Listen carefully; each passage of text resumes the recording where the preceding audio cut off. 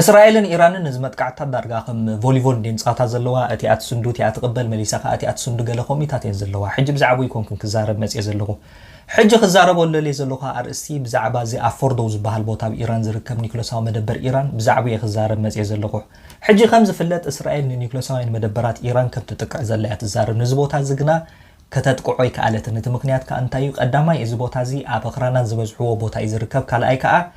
እቲ መህብተሚ ወይ ከዓ መመንጨው ዩራኒየም ካበይ ይዝርከብ ኣብ ትሕቲ መሬት 9 ሜትሮ ንታሕቲ ንውሽጢ ኣው ይዝርከብ ስለዚ እስራኤል ዝኾነ ቦምባ ደርቢያ ኣብዚ ከተዕኑ ወይ ካለትን ዘላ ስለዚ ኣኻ ሓገዝ ናይ ትራምፕ ወይ ከዓ ናይ ኣሜሪካ ተሓትት ዘላ ማለት እዩ ሕብራት መንግስታት ኣሜሪካ እዚ GBU 57 ዝበሃል ቦምባ ኣለዋ ሕጂ እዚ ቦምባ ዝንታይ ንታሕቲ 60 ሜትሮ ከኣቱ ኽእሊ 60 ሜትሮ ኣቲ ኽዕኑ ኽእሊ 60 ሜትሮ ማለት እኮ 10 ደርብታት ዘለዎ ህንጻ ማለት ይኹን ዱ ንውሽጢ ኣቲ ኽዕኑ ኽእሊ